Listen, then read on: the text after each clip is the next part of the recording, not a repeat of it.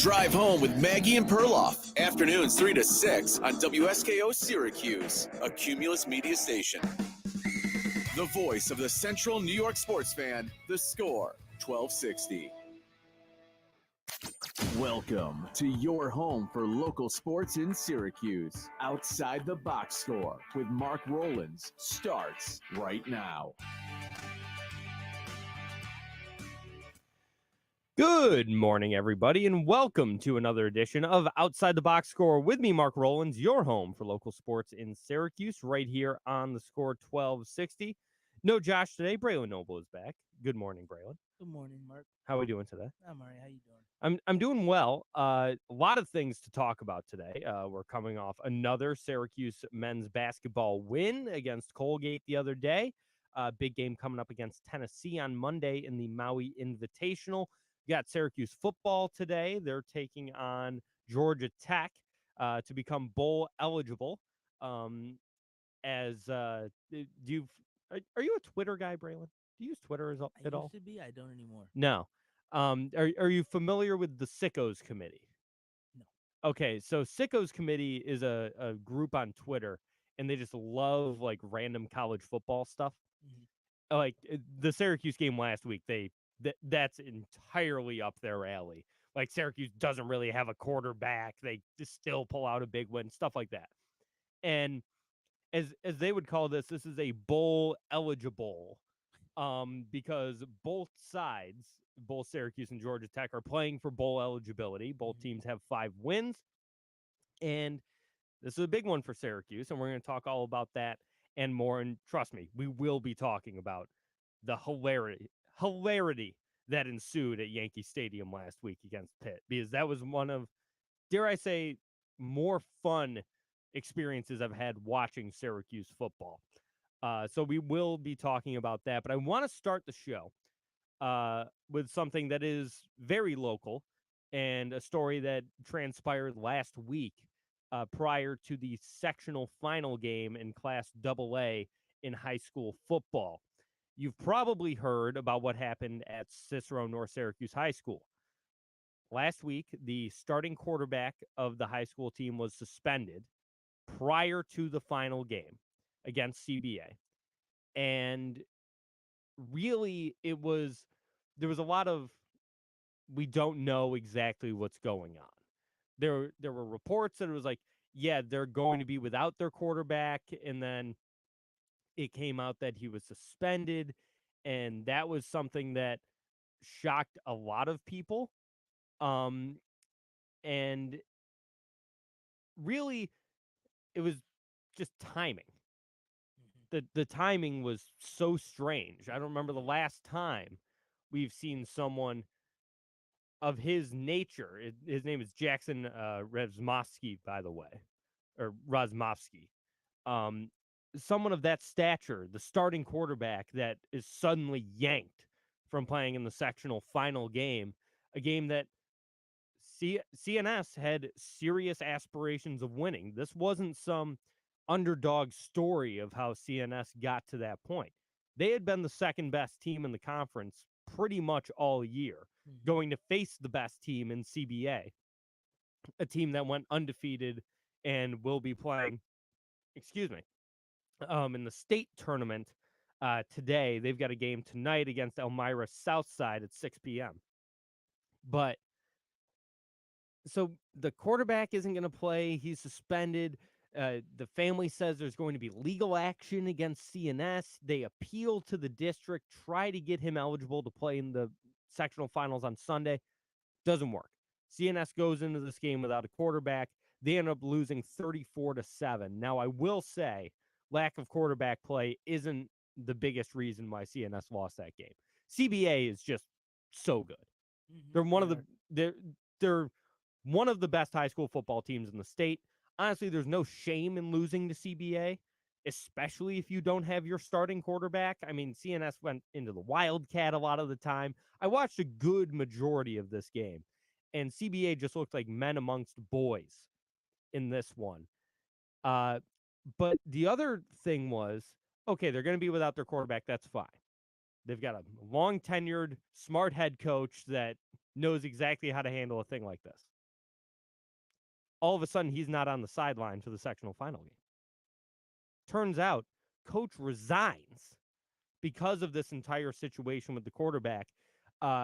He made it seem like, and he recently did an interview, that this was the last straw. He was already at odds with the higher ups at Cicero North Syracuse High School, and this was the final straw. This is exactly what pushed him to resign. And so all of a sudden, you're going into the sectional final game without a quarterback and without a head coach. And talk about being doomed from the start, realistically. And it sucks.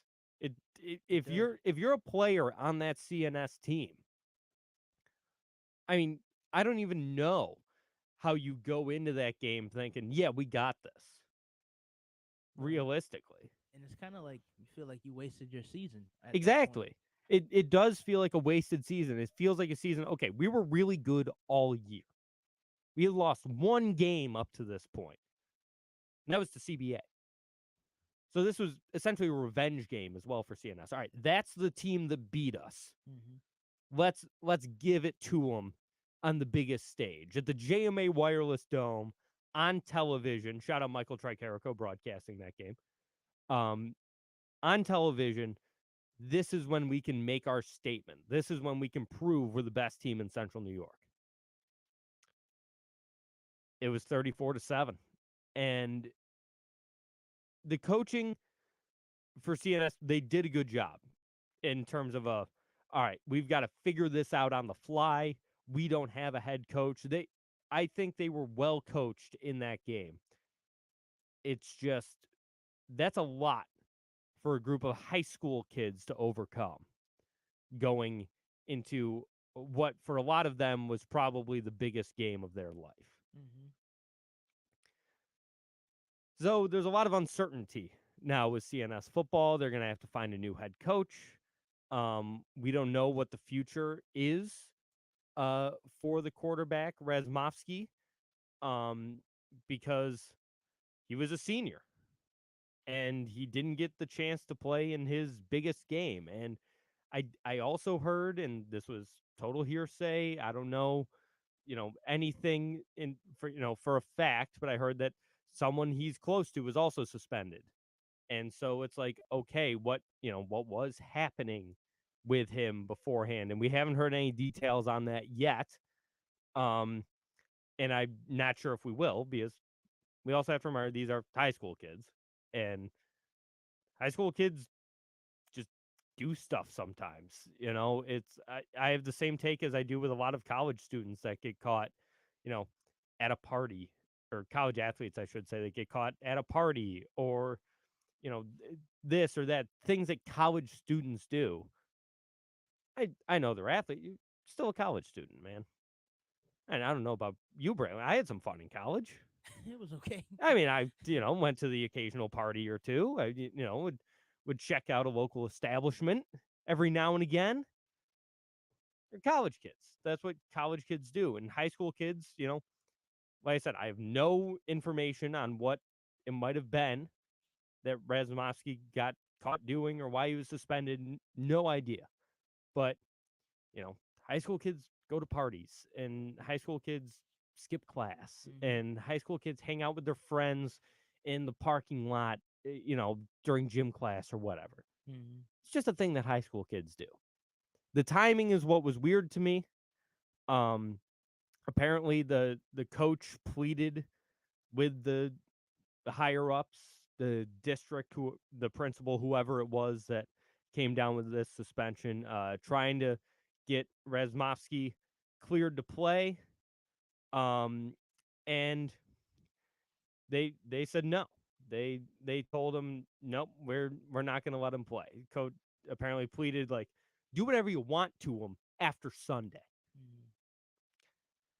Wasn't the case. So they play this football game, they lose, and it's been a really, really tough time surrounding Cicero North Syracuse. And I really do feel bad for the rest of the players on that team and the rest of the coaches that had to go out there and try to put together a winning effort against the best team in Central New York on the biggest stage without a starting quarterback and without a head coach. Sucks. It really does suck that you feel like their team was stripped of this chance to prove everyone wrong. Because CBA was obviously there aren't odds on it, but CBA was considered the heavy favorite going into that game. And they proved it, which I will say congratulations to CBA as well. Like I said, they're playing tonight in the state tournament at Elmira Southside at 6 p.m. So they're going to look to move on and try to win states. And I will be pulling for them the entire way because I love when local teams go out and win the state championship. We just saw it with West Hill basketball last year. It's going to be fun. So I will be following CBA in the rest of their journey to win a state title, and I hope all of you will as well. Now, like I said, we do have a lot more to talk about, and we're going to do that after this break. Come back, Syracuse football, Syracuse basketball. We've got some LeMoyne stuff to talk about. Even talk a little NFL, because there's a certain person that used to play football for Syracuse making his second career NFL start on Sunday. So we'll talk all about that and much more. Phone lines open the entirety of the show, by the way. 315-671-1260 if you want to chime in. That's 315-671-1260. If you're a fan of local craft beer, the only place you need to go is Myers Creek Brewing Company with 16 brews on tap at both the Cazenovia and Inner Harbor locations. Myers Creek has the best selection of locally brewed libations in all of Central New York. Want a nice hazy IPA? The Velvet Fog is a must-try. More of a traditional Pilsner, how about the Floatin' on By? And for you sour drinkers, the It Takes Blue to Mango. So crack open a cold one with the official beer of Outside the Box Score, Myers Creek. Take as little as 3 minutes. Jim, I heard the same rumor. I just wasn't going to go on air and say, yeah, the rumor is this high school kid got caught having sex in the parking lot with his girlfriend.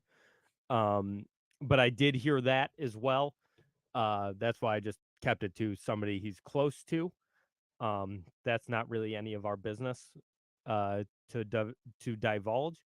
Also, Colgate's even saving win far more accurate than signature win. Listen, I don't think it was either. I think it was just an SU win over Colgate, something that we've gotten, we took for granted for a long time, and SU fans will never take that for granted again. Is Colgate beat us twice in a row? This should be par for the course that SU beats a team like Colgate. And it took one of the biggest comebacks we've seen in recent history for Syracuse, down 24, 25 points, whatever it was. What do you do with a forward who does not want to rebound? Discussing Chris Bell. If he's going to score 25 a game, play him. I mean, rebounding shouldn't be a problem for this team. You got 4 guys that are 6'11" or taller. Rebounding should not be an issue. Throw him out there with Benny. JJ Starling was hitting the boards the other night. Judah can rebound. Quadir Copeland, for playing the role he does, is a really good rebounder. Would I prefer if Chris Bell got 4 or 5 rebounds a game? Absolutely. But if he's not going to, keep scoring 25, and then you're fine. That's what it's all about. Didn't bring Chris Bell in to be Dennis Rodman.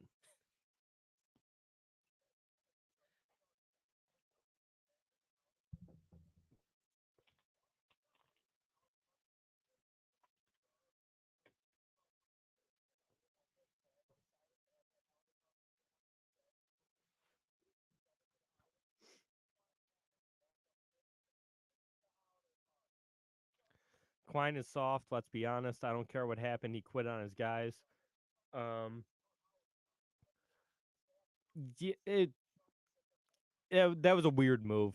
I'm going to be honest. The resigning was strange given the circumstances. If you want to do it after the game, in my opinion. Doing it before the game is that does seem like a little bit of giving up, in my opinion. You still got the other kids on the team, the other seniors, other Yeah. players. Yeah, like it wasn't a one-man team. He was a wrestling coach, and his top guy, they had one guy competing in sectionals or whatever, and that guy was suspended. And then, yeah, I could see that being the case, but still got to go out there and coach up the rest of the team.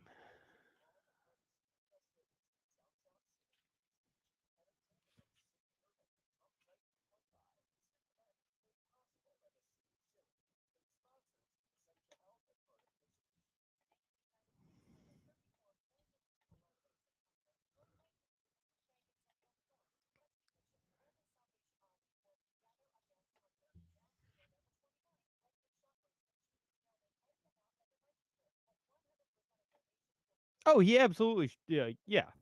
He should have received punishment. I'm not saying he shouldn't have. I just think the timing was strange and kind of a middle finger.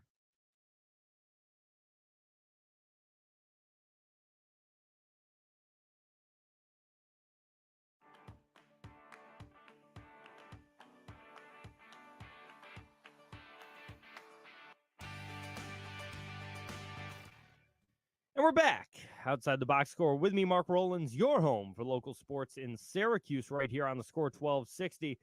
We're going to keep talking about football, and we're going to talk about some Syracuse football and the I don't even know how to describe the game last week, Braylon. I really don't. It's one of the stranger football games I've ever watched in a very fun way. Syracuse beat Pitt 28-13, and normally you'd say, okay, Syracuse was 4-5, Pitt was 2-7 going into this one. So, is this really that big of a deal? Well, it is when Syracuse doesn't really have a quarterback. I know Garrett Schrader was out there, but he threw one touchdown pass early in the game to Maximilian Mang, and it just, he immediately grabbed his arm. You could tell that his throwing shoulder was in no position to be used regularly in that game. So Syracuse decides we gotta play Army style football. We're gonna run it down your throat. Every single play. They got creative. They got very creative with how they were going to run it. Sometimes it was LaQuinn Allen taking the snap. Sometimes it was Dan Villari, and we'll get to Dan Villari in a second. Sometimes it was Schrader. They were mixing up who's getting the snap, what style of run they're gonna run, I guess. What style of running play they're gonna run, I should have said. But it was kind of hilarious to watch. And I don't think that sort of offense is sustainable over the course of an entire season. I mean, we might have to see today if it's sustainable over the course of 2 games. But it was a fun time watching Syracuse football, something that I haven't said in forever since like week 4. And my dad and I watched pretty much the entirety of the game, and Pitt was up 13-7 at the half. It was like, oh boy, here we go again. SU's going to lose another disappointing game to a team that they're better than. Well, they come back, score a couple of touchdowns in the third quarter, one in the fourth, and we've got a 15-point victory. Dan Villari should be everyone's favorite player. This dude rules. We know the story. He was a quarterback in Michigan, transferred to Syracuse, initially was in the conversation to be playing quarterback at Syracuse, lost out on the job, and so they converted him to tight end because they like the kid. He's a hard worker, real hard-nosed sort of guy. So they're like, okay, be our tight end, and, we'll use you in a Swiss Army knife sort of role. He has run the ball in the past. He's thrown the ball in the past. He's caught the ball in the past. So he becomes sort of the lead back for a lot of this game for Syracuse. And he had an unbelievable game. He had 17 carries for 154 yards and a score. This is a tight end that, by the way, won ACC Running Back of the Week. Well, there you go. There you go.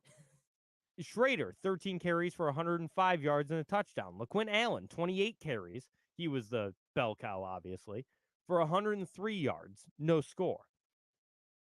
Here's how funny this game is. Dan Villari, a tight end, led the team in rushing yards and passing. He had 12 passing yards, which led the team by far. Garrett Schrader had 5 on 2 attempts. Villari was 3 of 5 for 12 yards.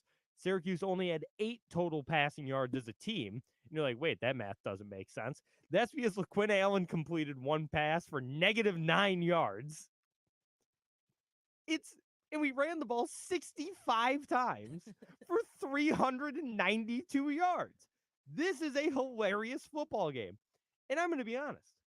I want to see him do it again today. I don't think it's a sustainable offense. They do it again today and they win. What would you think then? Ride the hot hand, baby. Play the hits.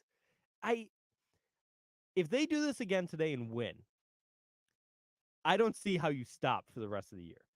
I don't see how you don't do it against Wake Forest. I don't see how you don't do it in the bowl game. At least part of your offense. Hopefully Garrett Schrader will be healthy by then. That's the entire reason this happened is Syracuse didn't have a healthy quarterback last week. Carlos Del Rio Wilson was out. Schrader was very questionable going into this one. It surprised just about everybody when he came out and warmed up pregame in pads. And I kind of loved it. It was, like I said, it was just fun. If you're going to be bad, be fun. I think that about every team in every sport. And it's similar to my ideology on golf. Like, if you're going to be a bad golfer and we're playing golf together, that's fine. I'm not a great golfer. But if you're going to be bad, be a good guy to play with and play quick. Those are the 2 things I care about. Play fast and be a fun guy to play with. Same goes for any team sport. If you're going to be a bad football team, be bad and fun. Do crazy stuff. Like, Army is kind of fun, even when they aren't good, because every once in a while they'll throw the ball, and you're like, what? He just put the ball in the air. What's going on here? This isn't the Army I know and love. And then they run the ball 28 times consecutively before they throw another pass. Like in baseball, the Padres were not very good this past year. The Padres were fun. They have Fernando Tatis Jr. and Manny Machado, and Blake Snell won the Cy Young. And there's always teams you can find that stink, but you like to watch them. Mm-hmm. If that's going to be Syracuse, that's fine. Because you're likely not going to be good. They're still fighting to play in a bowl game, which is great. Bowl games mean absolutely nothing in terms of how good you are as a football team. Apparently there's 41 of them. That's all? The other day, there's 41 bowls. I would have if you asked me how many bowl games there were, I would have said at least 50. I'm surprised it's below 50. That's what I heard them say on TV, that there needs to be teams to fill the 41 bowl games. So this is another, just a tangent. There are entirely too many bowl games. The fact that 41, how many teams are there in Division I football? At least 150 or something. It's like 158 or something. Yeah. So I'm going to look this up because we're going to do a little math here. How many Division I football teams are there? 133 FCS teams, 128 FBS. So that's 41 would be 82. 41's 82 right? Teams. And these are just these are combined, right? Bowl, you can play FBS and play in a bowl, right? No, because they have their own playoffs, I think. Oh yeah, they do have their own playoffs. So it's just FCS football. That's 82 out of 133 teams. That's like 2/3 of the teams get to play in a bowl game. Mm-hmm. And Pat says too many bowl games is a horrible take. You hate gambling. No, but this is the whole participation trophy thing. That's why that's what this many bowl games is. It's a lot of football that's on during the holidays, but how much do you actually watch? How like the average of people? How many bowl games do you think a person watches? 2. Like the average person, not people like us, Yeah, just like regular person. just Like, regular person. And the 2 they watch, it's gonna be like the Rose Bowl in their team, probably. and their team, Yeah. and then maybe the college football playoff, but that doesn't count. Like, Well, they're bowls, but did you see the schedule they have for the 12-team playoff? no. It's gonna be like the first games are gonna be at home, and then there's gonna be like 4 bowls, and then like after that there's gonna be like 2, whatever the count you're gonna. It's gonna be games at home, bowl games, and then the championship. That's interesting. So the teams in the playoffs that win are gonna play 2 bowl games. What? So now you're gonna have all these bowl games, and Pat says he's more likely to watch the Texas Bowl than the Rose Bowl. That's a wild take. But so it starts at 12, and I think 2 teams get a bye or something like that. Yeah, So 2 it's gonna teams be would get a bye. the 5 games that are going to be on the teams on campus, which will be. I first of all, I don't like that. I don't like just giving someone a home game. They should. Do you really need to make them bowls? I guess that's all they could do. I saw it. Today's Saturday. I saw it like Thursday because I was just interested in like what they're going to do, and it's like a set of home games, bowl game, and then the championship game. Yeah, it makes sense, like that you would have to do that. It's just the fact that they're like pre-established official bowl games is what's weird. Mm-hmm. Like that, the fact that you're playing 2 bowl like things that are called the blank bowl is what's weird to me. I don't know. It's just strange. Pat says I'm out of my mind about home playoff games. Yeah, the atmosphere will be great. I'm not denying that. It's just if you want, and granted, there is no parity in college football, so this doesn't matter in the slightest because the best team in the country wins every single year. If you want more fairness, you would think that all the games would be neutral site. But then again, like we see the college football playoff was in Atlanta, and Georgia's in it every single year, so it's just a home game anyway for Georgia. So I don't know. This is also me just not being as big into college football as a lot of people. I like college football. I watch a lot of college football, but I think that it's just there's a lot. There's so much college football. 41 bowls, I'll probably even me, I'll probably watch 8 or 9. Like I don't go out of my way to watch a lot of the weird bowl games. It's things that are just on in the background if I'm someplace like, oh, look, there's a 1 o'clock on a Wednesday bowl game. Great. Because a lot of them aren't even good. Yeah, most of them stink. Like occasionally there'll be like, oh, LSU Penn State, a game like Yeah. that, and it's like, okay, I'll watch this. Yeah, those are the ones I watch. Are like not even. I mean, one of the most fun teams in college football this year can't play in a bowl game. James Madison's 10-0. But you got 41 of them. But you got 41, and James Madison can't get 1. We were talking before the show about how much the NCAA stinks. That's just another example of it. And, Pat's saying there's going to be chaos. TCU beat Michigan last year. Yeah, Michigan are frauds. Everyone knows this. Michigan's been a fraud since Harbaugh took over. Anyone that was shocked that Michigan lost a big game last year, I don't know what to tell you. Because they have 1 bowl game win under Jim Harbaugh, who's been there like a decade. Or however long it's been now. It's been a while. It's been a while. Yeah. The Michigan are frauds in big games. You need to watch Wisconsin, Nebraska today. That's a sickos committee game if there ever was one. That game's gonna stink, and I probably will watch it. No, what I need to watch is Iowa. Oh, that 25 points per game. Well, that's dead. Oh, That died weeks ago. Ferentz, the offensive coordinator, already resigned because he knew that he wasn't going to get there. No, because last week, they played Rutgers last week. The total, Pat's, I'm coming to you from the great city of Madison, Wisconsin. Why are you in Wisconsin? Anyway, the total in the game last week was 27.5. That was the over-under for the game. Mhm. It went under. It was 22-0 Iowa. I bet the under because I was like, that's the lowest total in college football history, which it was. I have to bet it. It hit. The under hit. I don't even know what it's at today.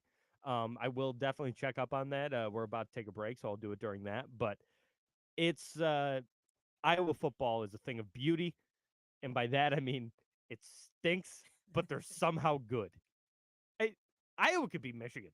Iowa could beat anybody in the country just by score but it would be like 3-0. It'd be hilarious. I love Iowa football now. I'm all in on the Hawkeyes, and I'm all in on Syracuse if they continue doing this Army style of play because it's a lot of fun. It was a lot of fun last week. Let's see if they do it tonight against Georgia Tech. What time is that game at? Is that I think it's 8:00. Oh, that's right. We're prime time tonight for some reason. I'll be able to catch some of it. Yeah, 8:00 on ACC Network. It was next week is 2:00 on the CW. The Orange finally get a CW game because they broadcast ACC football now. So yeah, next week they're 2:00 on the CW. Tonight, prime time, 8:00 on ACC Network. I'll be watching. I'm sure a lot of you out there will be too. Quick break. Reminder, phone lines open 315-671-1260 if you want to chime in. That's 315-671-1260. We'll be right back here on Outside the Box Score. For the best local beer in Central New York, the only place you need to look is Myers Creek Brewing Company, with 16 different beers on tap at both the Inner Harbor in Syracuse and the Palace that is the Cazenovia location. Myers Creek has something for everyone. Want a bite to eat? Both locations feature a kitchen with delicious pizzas, some of the best wings in Syracuse, and much more. Make sure to check out our friends at Myers Creek Brewing Company, the official bar of Outside the Box Score.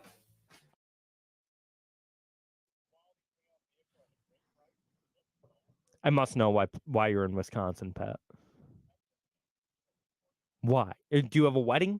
I'm assuming that's it.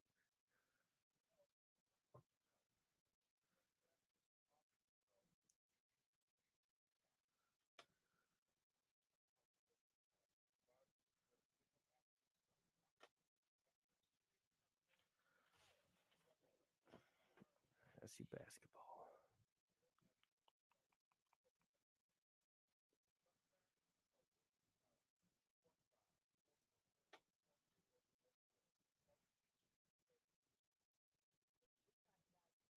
You're there for Wisconsin, Nebraska?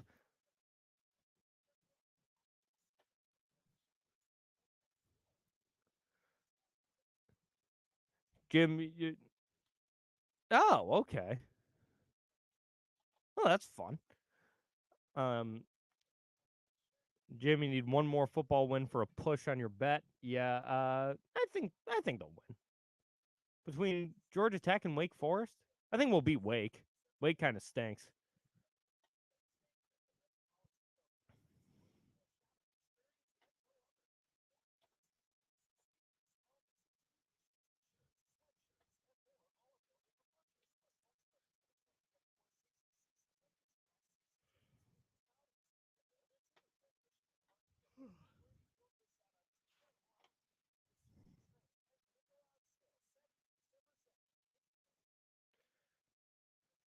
God, Chris Bell not having a single rebound in that game is funny.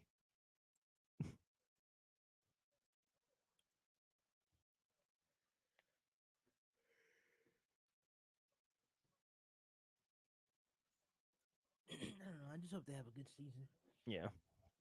because it's overdue for one. Jim, this is just a opinion, but it's also I believe it to be fact. No one has told me of anything of the sort, but I will say this. If SU is bowl eligible, I will guarantee you Dino Babers is back next year. I will stake my reputation on that. He probably will be. He will He be. probably will be if they do that. If they make a bowl, Dino Babers will be back next year because that's all they care What is about. that, year 9? Yeah, something like that. 38, I don't know.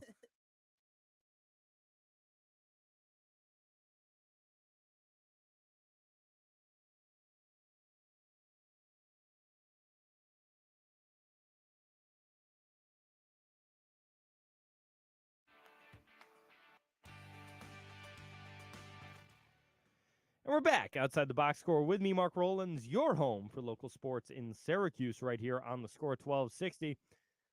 Talk some Syracuse football, and then, went on a tangent about the Big Ten and college football and bowl games in general, but that happens.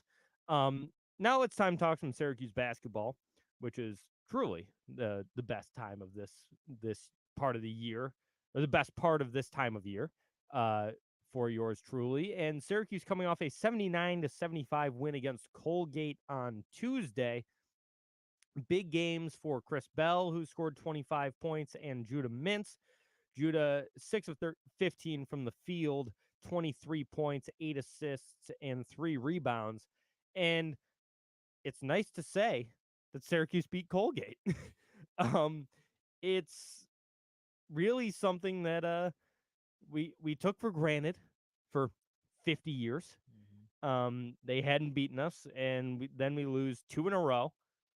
And all of a sudden, people are hitting the panic button before this one, saying, oh, this is kind of a must-win game for Syracuse. And I said last Saturday, I don't think it's a must-win, but I think it would have proven to be a good win. Colgate has turned into a really good program. They dominate the Patriot League now and have for a couple of years. Matt Langle has done a great job with that program. It was funny, when Boeheim retired, I wouldn't have hated to see Matt Langle take over this Syracuse program. I think he's a terrific head coach. He was a hot name last off season, but decided to stay at Colgate, where he's built something really good. And they had a big lead. They were up 24-25 points on Syracuse. SU comes back 79-75, taking the victory at the J. May Wireless Dome, outscoring Colgate by 20 in the second half. And it's funny, Jim mentioned this during one of the breaks. Chris Bell, who, like I said, had 25 points, 9 of 19 from the field, 6 of 14 from 3. He was chucking the other night. If he had an inch of space, he was putting that thing up. Good numbers there. 1 steal, good. 0 rebounds, 0 assists. I mean, I like Chris Bell. He's a really good shooter. I like having him on this team. I think he brings a lot to Syracuse when he's hot like that. Can you just give me 1 board? I don't need you to be Andre Drummond. I don't need you to be Dennis Rodman. Just 1 board. Make your stat line look a little better. Yeah, I mean, this is the emptiest looking stat line I've seen in a long time. And he had a really good game. Syracuse doesn't win this game without Chris Bell being as hot as he was. Absolutely. And listen, if you're going to score 25 a game, fine. Don't grab a board. Don't get an assist if you're going to score 25 game in and game out. But I'm going to need a little bit more out of you if it's going to be 12, 13 points a game. Like I said, though, good win. Judah Mintz is blossoming into one of the better point guards in the country. Lottery pick. He could be. He could end up being a lottery pick when all is said and done. He's averaging 23 points a game. What I liked about what I saw against Colgate, though, and I mentioned it, is the assists. He had 8 assists and 3 steals, by the way. He looked pretty good on defense. The entirety of SU looked pretty good on defense the last 7 minutes of this game. Went to a full court press, and Colgate just had no idea what to do.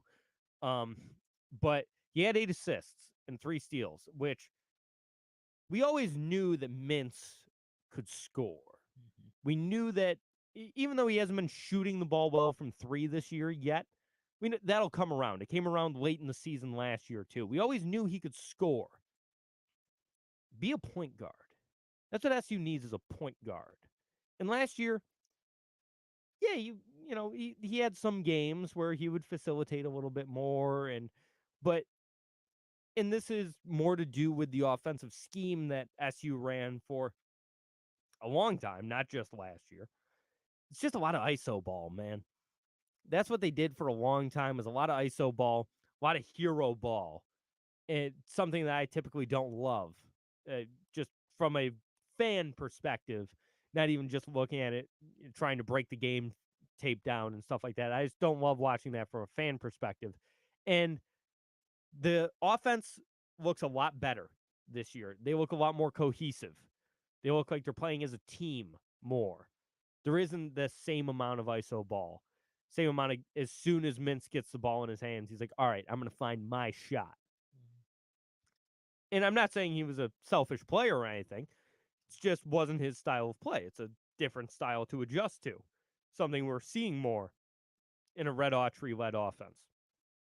And so it's nice to see him not just worry about his shot, worry about the open shot. The shot that's going to go in, whether that is J.J. Starling. He had 13 points, by the way. He hasn't quite found his stroke yet either. But watch it. He's so smooth out there on the court. He glides on the hardwood. And he hit the boards as well, 7 rebounds. Maybe it's JJ who takes the shot. Maybe it's Justin Taylor. Maybe it's Chris Bell, who they gave it to him a lot the other night, and with good cause, because he ended up scoring 25. I like this team. I like what I'm seeing out of this team on the offensive side. Defense needs work. This isn't, and I know some of these guys, Judah Mintz, Justin Taylor, Chris Bell, Malik Brown, Benny Williams, they haven't played man-to-man in a while. Mm-hmm. And then some of these guys, J.J. Starling, Naheem McLeod, Kyle Cuff, they've got to adjust for when SU randomly jumps into that zone. Because we are still using both. It's an adjustment, for sure. But I have high hopes for this team. But Jim does ask expectations for the Maui tournament. Oh, boy. We got Tennessee coming up on Monday. Top 10 team in the country. And all those good things I just said about Syracuse, they're not quite ready to compete against a team like Tennessee. Not yet. I think they could get there. And I think that getting them on a national stage right now is a good thing. Because I think this team will be back on a national stage towards the end of the year. Mm-hmm. So getting it early, get this team some exposure. I like that. Do you think it's a blowout, though? Do you think it'll be a good game? I think it'll be a game. I think Tennessee probably takes a lead, like a big lead late, and the score looks not as close in the final score as it was during the course of the game. That's what if I had to get a vibe from that game, that's what I feel. I think SU will be in it right up until the end. Maybe Tennessee makes a couple of big buckets late. I do think they lose. I don't think it's a blowout. Tennessee does like to rebound. SU's really got to get that rebounding thing down. It shouldn't be a problem. You have 4 guys over 6'11". We should be a better rebounding team than we are. Quiddier Copeland can get boards. Malik Brown as well really crashes the glass, despite the fact he's a little undersized. So I like a lot of this team. There are no moral victories, Jim. Being close against Tennessee, that's not a moral victory. You still lost the game. If you beat Tennessee and then lose to Gonzaga, that's something. Dude, the Maui Invitational is loaded. Gonzaga.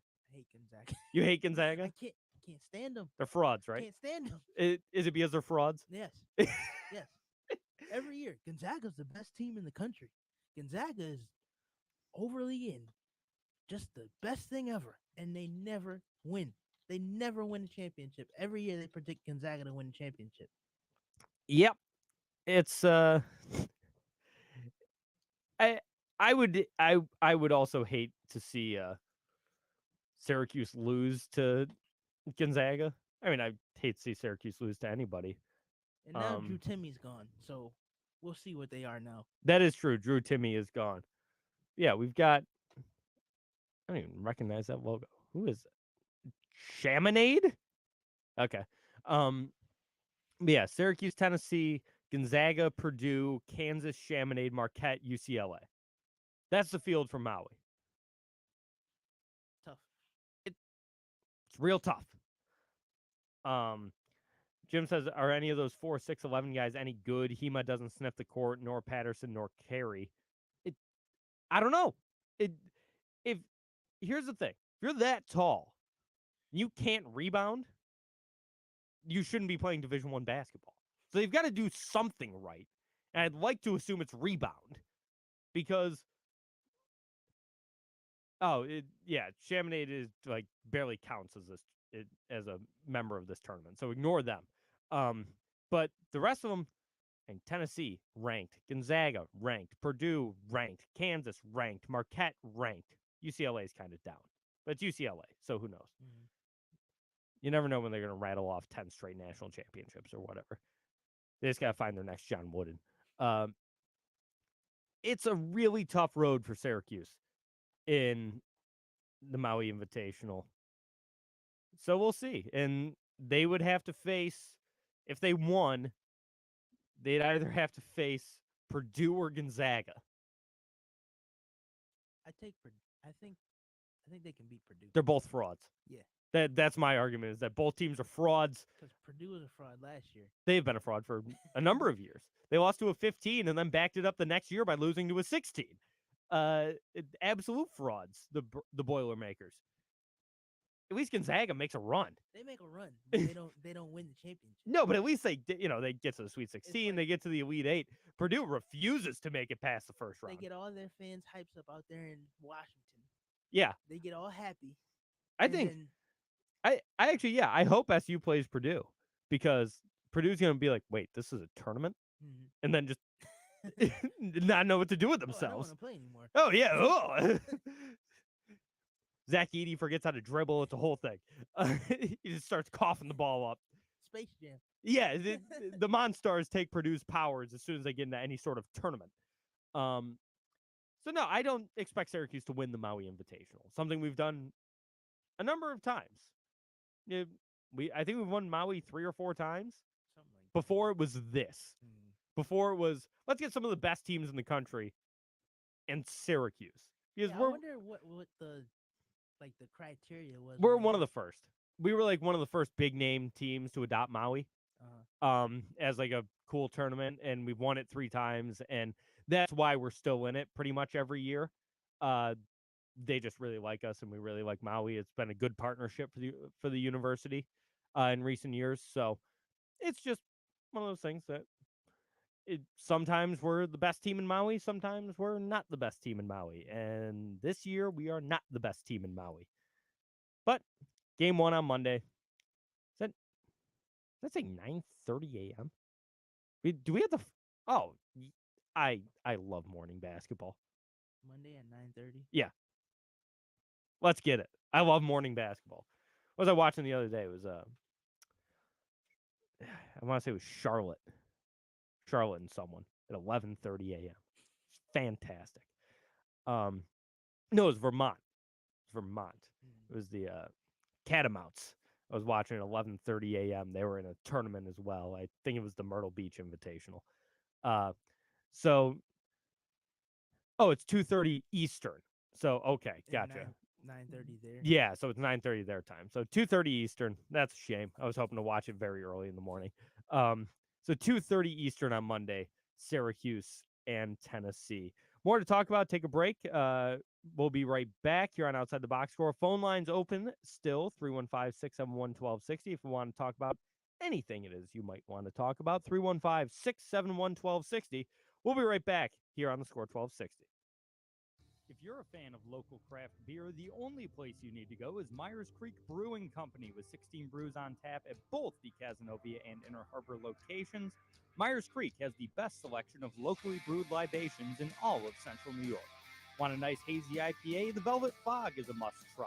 More of a traditional Pilsner? How about the Floatin' on By? And for you sour drinkers, the It Takes Blue to Mango.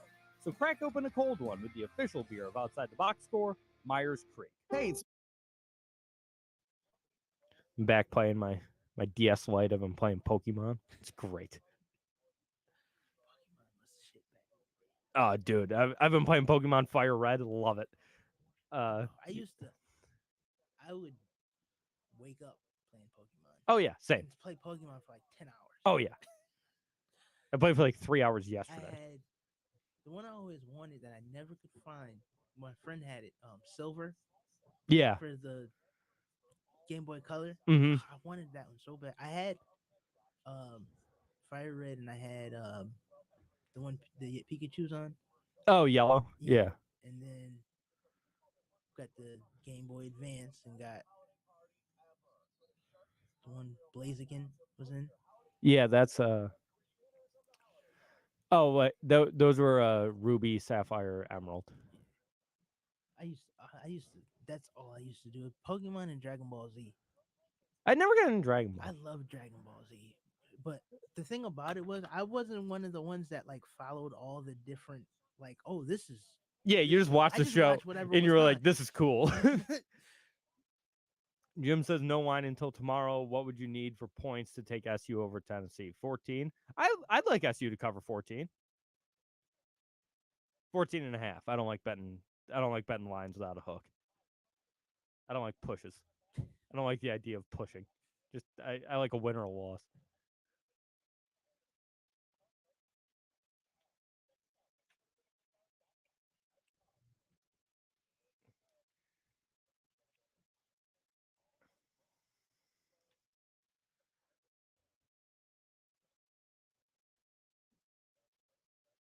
Just gonna do a wide read for Myers Creek and then go back out. We got one more break.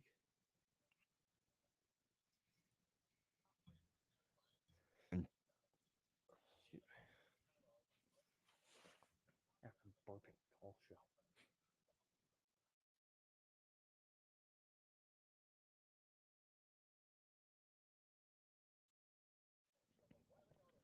SU plus 6.5 tonight. Ooh. I'd take that. I think they could win tonight. I could see them winning this game. They might win both of these last two games. They'll probably lose the bowl game. Oh, they will lose the bowl game.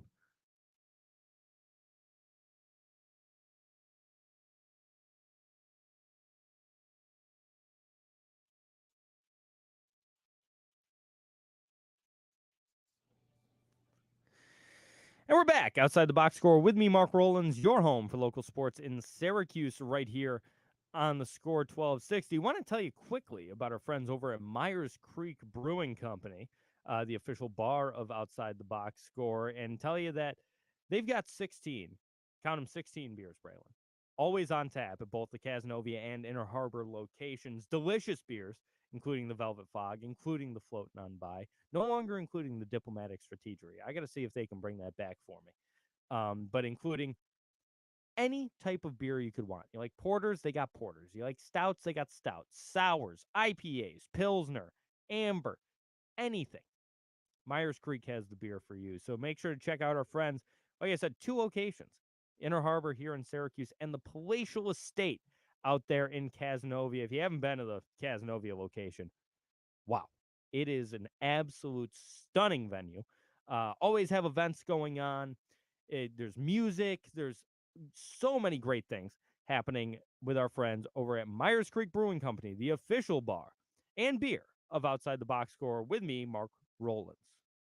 For the best local beer in Central New York, the only place you need to look is Myers Creek Brewing Company, with 16 different beers on tap at both the Inner Harbor in Syracuse and the Palace that is the Cazenovia location. Myers Creek has something for everyone. Want a bite to eat? Both locations feature a kitchen with delicious pizzas, some of the best wings in Syracuse, and much more.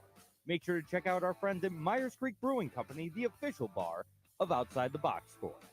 Hey, it's me, Sharky's Party Guy. Is your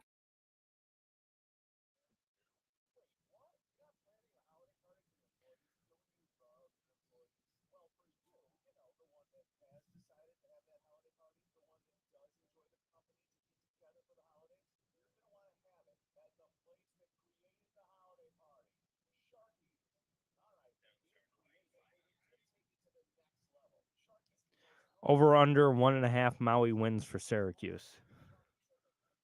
Under, I think they win 1.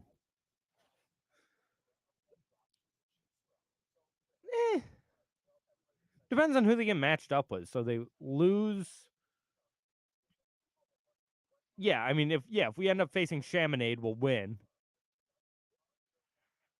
But that'd be it, I think.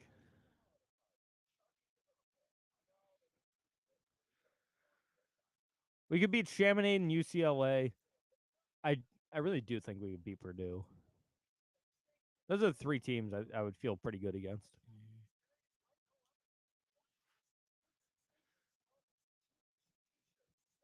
I also have no idea if it's pronounced Chaminade. I'm not familiar with the college. I'm assuming that's how it's pronounced. Chaminade. Looks like Chaminade.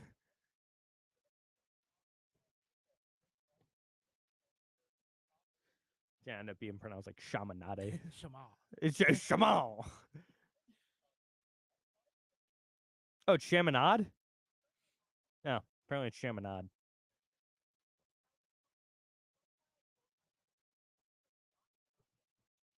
Just never. Yeah.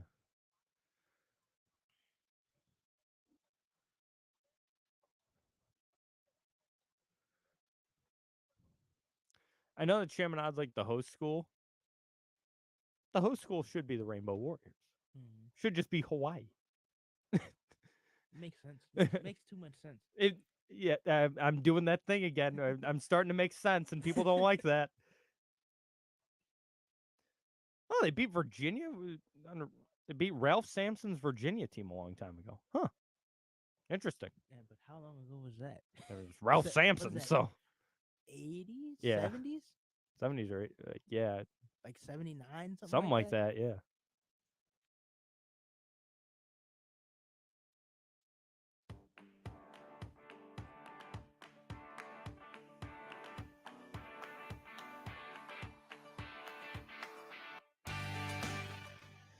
We're back, wrapping up another fun-filled hour here on Outside the Box Score. With me, Mark Rowlands, your home for local sports in Syracuse on the score 1260. Apparently, the college hosting the Maui Invitational is Chaminade, so I apologize to the fine people at that university. Jim in the chat informing us that beat Ralph Sampson's Virginia team back in, he thinks it was 1981. We were saying like somewhere in the late 70s, early 80s that would have been. So, yeah, a team that some people remember, and a team that I really was not all that familiar with. I was saying that the Rainbow Warriors of Hawaii should host the Maui Invitational, but yeah, it's a Chaminade, as it's properly pronounced. So just one last thing I want to mention here. Tommy DeVito, once again, starting for the New York Giants this Sunday against the Washington Commanders. It's an old college rematch of the SU North Carolina days, because Sam Howell starting quarterback for the Commanders. So big ACC matchup there. DeVito's 31 of 54. That's good for a 57.4% completion percentage with 260 yards, 3 touchdowns, and 3 picks so far in his NFL career. And the best thing to come out of Tommy DeVito being the starting quarterback for the Giants is the interview he gave when he talked about still living with his parents. Did you see that? No. Yeah. So, and it makes sense. He's an Italian guy from Jersey. That's very common. In Italian people from down there is they live with their mother for a long time. They love their mother. Italians are matriarchs. So still lives with his parents. He's like, yeah, it's great. I come home from practice. There's chicken cutlet there. She makes my bed. She does my laundry. It's fantastic. And yeah, the guy's 25 years old. I don't care that he's a starting quarterback in the NFL. He's a 25. Yeah, of course yeah, why wouldn't he still live with his mom? He's from Jersey. He's playing football in New Jersey. Why would he spend all this money on a place? Just live at home, dude. Save some money. I love it. I'm very much rooting for Tommy DeVito, as I know a lot of Syracuse fans are. And hey, I hope he pulls out a win against the Washington Commanders this Sunday. At times, hasn't looked too bad. No, he's made some pretty good. He's made some decent throws when they actually let him throw the ball. So let's see if they let him loose a little bit, and touchdown Tommy can be back for the New York Football Giants this Sunday. Thank you, everybody, for listening. Thanks for Jim in the chat and Pat for chiming in. Thank you, Braylon, for being here and preparing for us today. And we'll be back same time next week, 11 a.m. right here on the Score 1260. Peace.